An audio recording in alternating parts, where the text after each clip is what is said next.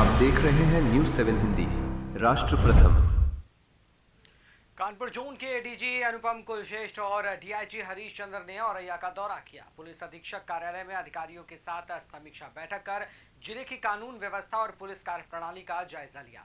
अपने पहले आधिकारिक दौरे पर पहुंचे एडीजी ने औरैया की कानून व्यवस्था पर संतोष जताया। उन्होंने पुलिस अधिकारियों और कर्मियों के कार्यों की सराहना करते हुए स्मार्ट पुलिसिंग और अपराध नियंत्रण के क्षेत्र में औरैया पुलिस के प्रयासों को प्रशंसनीय बताया।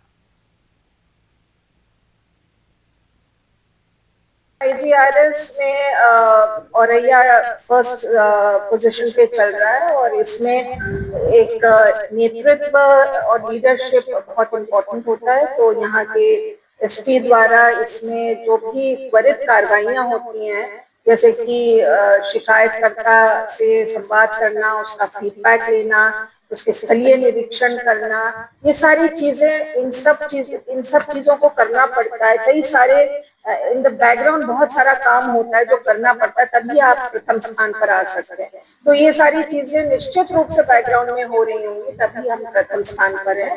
Very good thing, we have to maintain this position. Auraiya जनपद में पहला मामला आया है जिसमें साइबर फ्रॉड पर गैंगस्टर जैसी कार्रवाई सामने आई है, क्या? जी, यही बात मैं आपको बता रही थी कि साइबर क्राइम एक न्यू एज का क्राइम है और साइबर क्रिमिनल्स एक साइबर वर्ल्ड के तरीके से आतंकी हैं और ये बार बार रिपीट ऑफेंडर्स बनते हैं। तो इस तरह के लोगों पर अंकुश लगाना, उनको उनकी प्रॉपर्टी को गैंगस्टर एक्ट के तहत जब्त करना और एक कड़ी सजा दिलाना, ये बहुत जरूरी होता है और यही उद्देश्य से पुलिसिया कार्रवाई की गई है। मैम, जिस तरीके से अपराध हो रहे हैं और कहीं ना कहीं हमारी पुलिस अपराध को रोकने का प्रयास भी कर रही है, तो लेकिन इसमें पुलिस को किन किन चुनौतियों का भी सामना करना पड़ता है? आप किस संबंध में, साइबर अपराध के संबंध में पूछ रहे हैं? नहीं, साइबर अपराध का वैसे नहीं था, जैसे चोरी हुई, बहुत सारी चीजें। जी देखिए, क्राइम एक चैलेंज के रूप में पुलिस लेता है और पूरी टीम अपना टीम के वर्क के तहत काम करती है और हमारा मैंडेट ही क्राइम कंट्रोल का है। तो हमारे पास जो इंटेलिजेंस मिलती है, हमको जो इनपुट्स मिलते हैं, वो हमको दोनों ह्यूमन इंटेलिजेंस और टेक्निकल इंटेलिजेंस के रूप में मिलते हैं। बहुत सारी आज की डेट में हमको टेक्निकल एविडेंस जो मिलते हैं वो हमको बहुत बड़ी मजबूती प्रदान करते हैं।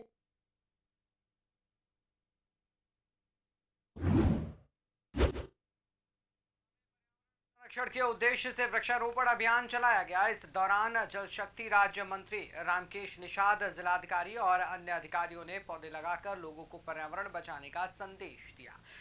कार्यक्रम में कहा गया कि बढ़ते प्रदूषण और जलवायु परिवर्तन से निपटने के लिए वृक्षारोपण बेहद जरूरी है। साथ ही लोगों से पौधे लगाने के साथ उनकी देखभाल करने और इस अभियान को जन आंदोलन बनाने की अपील भी की गई।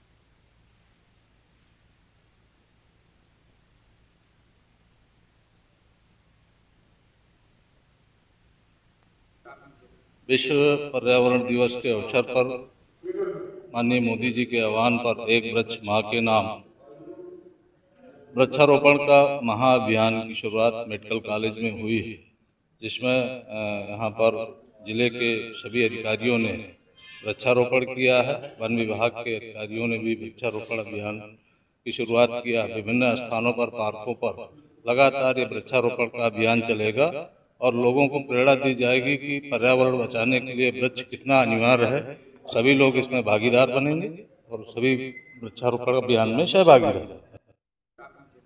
विश्व पर्यावरण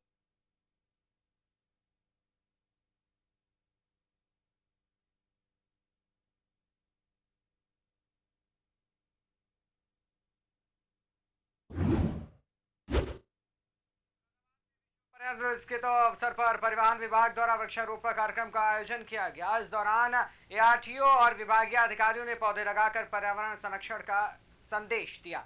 वहीं परिवर्तन अभियान के तहत ओवरलोड और अनधिकृत रूप से संचालित वाहनों पर बड़ी कार्रवाई की गई। 81 वाहनों के खिलाफ कार्रवाई करते हुए कई वाहनों को सीज कर दिया गया और लाखों रुपयों का शुल्क वसूला गया। साथ ही यातायात नियमों का उल्लंघन करने वाले वाहन चालकों को भी चालान काटे गए।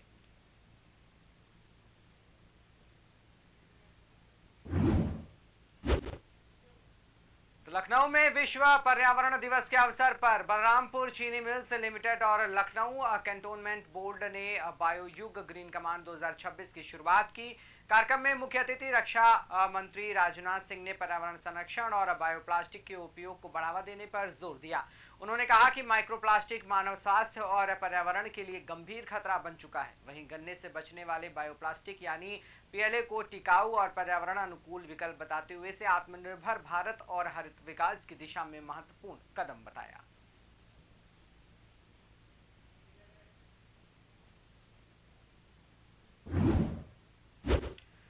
तो रायबरेली के शहर कोतवाली क्षेत्र स्थित गांधीनगर मोहल्ले में बुलेट सवार युवकों के आतंक से स्थानीय लोग परेशान हैं। आरोप है कि देर रात बुलेट के मॉडिफाइड साइलेंसर से गोली जैसी तेज आवाज निकालकर दहशत फैलाई जा रही है। मोहल्ले के लोगों का कहना है कि पिछले 3 दिनों से ये सिलसिला जारी है और पूरी घटना सीसीटीवी कैमरे में भी कैद हुई है। साथ ही युवकों द्वारा गाली गलौज किए जाने की भी शिकायत है। स्थानीय लोगों ने पुलिस से रात्रि गश्त बढ़ाने और आरोपियों की पहचान कर कार्रवाई की मांग की है।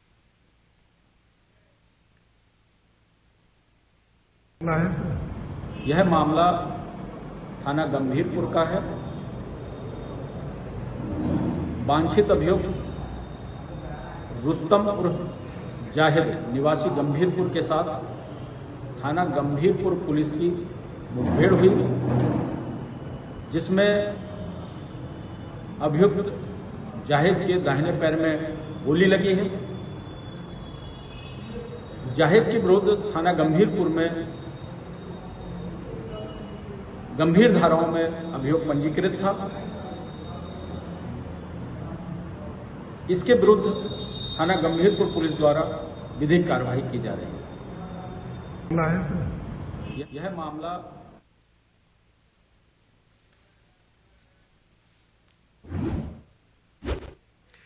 तो आजमगढ़ में 2 सगी नाबालिग बहनों से दुष्कर्म के आरोपी को पुलिस ने घटना दर्ज होने के 24 घंटे के भीतर मुठभेड़ के बाद गिरफ्तार कर लिया। आरोपी मोहम्मद जाहिद उर्फ रुस्तम पर दोनों बहनों को बहला फुसलाकर दुष्कर्म करने और जान से मारने की धमकी देने का आरोप है। मामले की गंभीरता को देखते हुए पुलिस की विशेष टीमों ने त्वरित कार्रवाई करते हुए आरोपी की घेराबंदी की। पुलिस के मुताबिक गिरफ्तारी से बचने के प्रयास में मुठभेड़ की स्थिति बनी, जिसके बाद आरोपी को पकड़ लिया गया। पुलिस ने महिला और बाल सुरक्षा के प्रति अपनी जीरो टॉलरेंस नीति दोहराई है।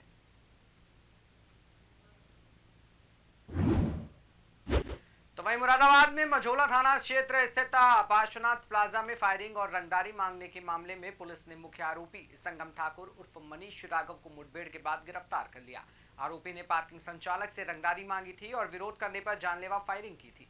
पुलिस ने उसके कब्जे से अवैध तमंचा, कारतूस और वारदात में इस्तेमाल की गई मोटरसाइकिल बरामद की है। मामले में एक अन्य आरोपी पहले ही जेल भेजा जा चुका है, जबकि फरार आरोपियों की तलाश जारी है।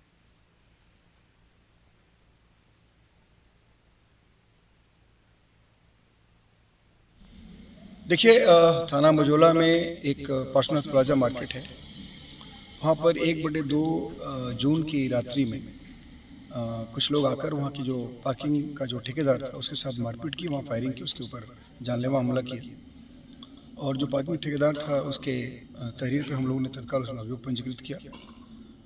जो इसमें मुख्यतः जो लोग थे उसमें एक शंकर शर्मा नाम का अपराधी था, जो अपने कुछ साथियों के साथ वहाँ पहुँचा था और उसने वहाँ पे ये फायरिंग की। उसमें रंगदारी वगैरह मांगने का आरोप लगा था।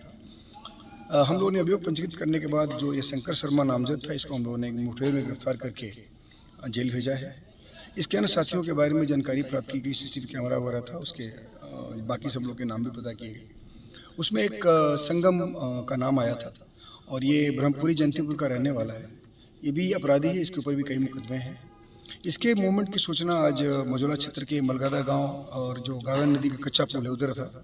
हमारी टीम वहाँ लगी और एक संदिग्ध बाइक पे एक व्यक्ति जा रहा था, रुकने का प्रयास किया गया। ये रुका नहीं, हमारी टीम पर अटैक किया, जवाबी कार्रवाई हुई और उसमें ये घायल होकर के गिर पड़ा था। हमारी टीम वहाँ पहुँची, इसको तत्काल हमने हॉस्पिटल में शिफ्ट किया था। रास्ते में से पूछताछ की गई, इसने अपना नाम संगम बताया। और जो 1/2 जून की घटना शंकर शर्मा के द्वारा और साथियों द्वारा की गई थी। श्रुति की शादी की तैयारी शुरू हो गई? हाँ, और आज शादी के गहने भी लेने हैं। हाँ, तो बस सीधे कल्याण ज्वेलर्स चले जाइए। कल्याण में अब मेकिंग चार्ज प्रति ग्राम सिर्फ 199 रुपए से। सबका कल्याण, है ना?